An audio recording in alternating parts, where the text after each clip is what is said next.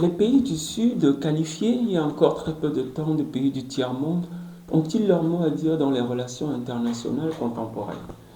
À cette interrogation, Bertrand Badi, un professeur reconnu de relations internationales, répond par l'affirmative, suggérant même que les pays du Sud, totalement absents lors de la construction du système de Westphalie, d'où découle l'essentiel du droit international contemporain, sont en train de réinventer le monde. Cette thèse redoutable, qui met en lumière les recompositions lentes et sourdes actuelles de l'ordre international, est contenue dans cet ouvrage intitulé Quand le Sud réinvente le monde, et c'est sur la puissance de la faiblesse, paru en 2018 aux éditions La Découverte. Pour soutenir cette thèse qui met l'accent sur le poids des pays du Sud dans les recompositions, la reconfiguration de l'ordre international actuel, Bertrand Badi mobilise une série d'arguments qui s'organisent autour de deux grands pôles.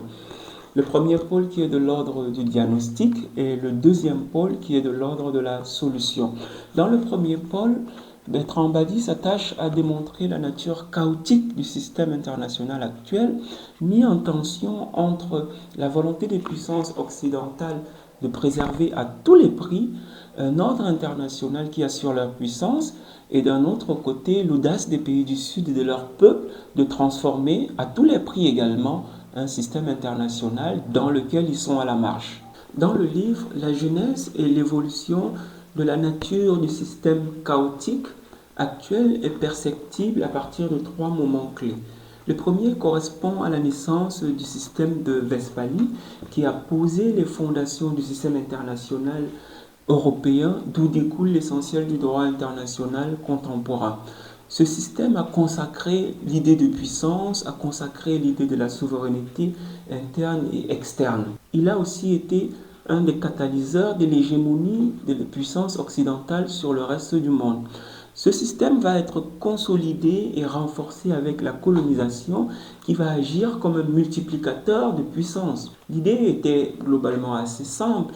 Plus on a de colonies, plus on est puissant.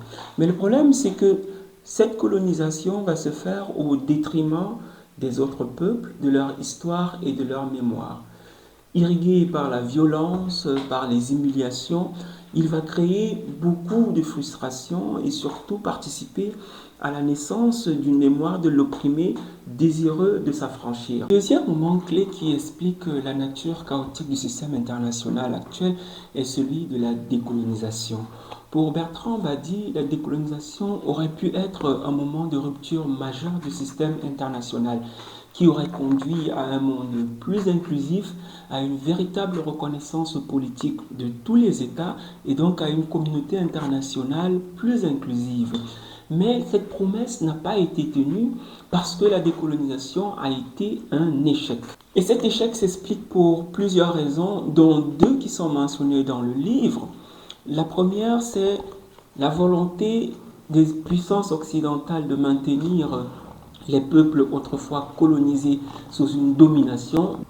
Et cette volonté s'est matérialisée par plusieurs mécanismes, par des accords léoniens qu'on a qualifiés de léoniens, mais aussi par d'autres artifices et bricolages à l'efficacité redoutable, comme notamment la fameuse nébuleuse France-Afrique.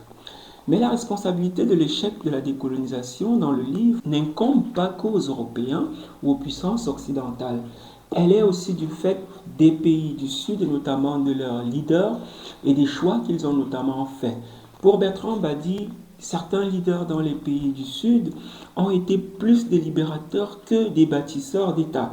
Et c'est ce qui expliquerait pourquoi, au lieu de puiser dans leur histoire et leur mémoire des modèles institutionnels correspondant à leur réalité, ils ont plutôt opté à importer le modèle institutionnel européen, occidental. Ainsi, la logique conservatrice des puissances occidentales et les erreurs stratégiques de certains leaders du Sud ont contribué à accentuer les tensions du système international. Aujourd'hui encore, les puissances occidentales restent dans cette logique du conservateur. Elles se réfugient par exemple dans les diplomaties de club G7, G20, P5 au niveau du Conseil de sécurité, tandis que les pays du Sud et leurs peuples essayent de se frayer toujours un chemin dans ce système où ils se sentent à la marge. Les États utilisent pour cela des diplomaties comme la diplomatie de déviance ou la diplomatie de contestation, alors que les forces hors système telles que les mouvements terroristes ou les mouvements rebelles utilisent, eux, la violence. Face à un système donc de cette nature, quelle solution peut être proposée? À cette question, la réponse de Bertrand Badi, qui parcourt l'essentiel de ses ouvrages, reste assez constante. Il s'agit de définir un monde multilatéral fondé sur une véritable intégration sociale internationale.